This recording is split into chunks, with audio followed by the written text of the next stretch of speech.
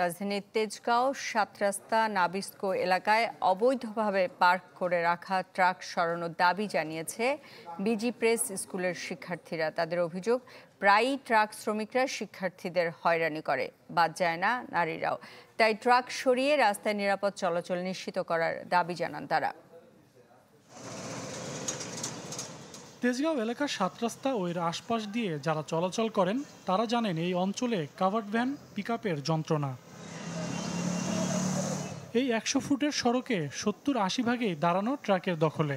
দয়া করে রাস্তার যেটুকু ফাঁকা রাখা হয় তা দিয়েই কোনো মতে চলাচল করে যানবাহন পথচারীরা।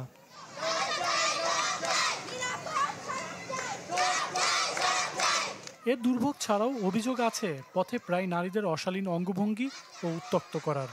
এ নিয়ে বিজি প্রেস স্কুলের শিক্ষার্থীরা প্রতিবাদ জানায়। দাবি করা হয় অবিলম্বে স্কুলের আশপাশ এলাকা থেকে ট্রাক সরানোর।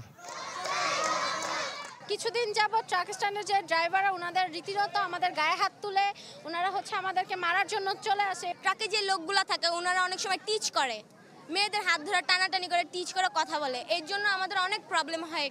এখানে টয়লেট করে, প্রস্রাব করে রাখে, মেয়েদেরকে দেখে ইপটিজিং করে এবং অনেক সময় দেখা যায় মেয়েদেরকে ধরতে আসে। এমন একটা অবস্থা, মানে এখানে যে অভিভাবকরা আছে তারা এখানে বাচ্চা দিতে ভয় পায়। এই অধিদপ্তরের মিটিং হয় যখন আমরা লিখিতভাবে দেই এবং এটা জনপ্রশাসনের সচিবকে পর্যন্ত এটা কোনো না কোনোভাবে জানানো হয়েছে। হ্যাঁ, এটা থানাকে জানানো হয়েছে, হ্যাঁ, কিন্তু কোনো লাভ হয় না।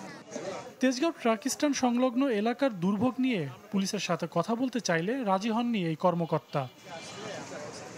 ২০১৫ সালে ঢাকা উত্তর সিটি কর্পোরেশনের প্রয়াত মেয়র আনিসুল হকের উদ্যোগে সাতরাস্তা থেকে রেলগেট পর্যন্ত প্রশস্ত সড়ক নির্মাণ করা হয়।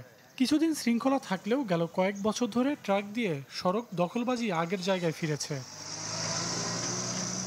সজল সাইক, চ্যানেল 24, ঢাকা।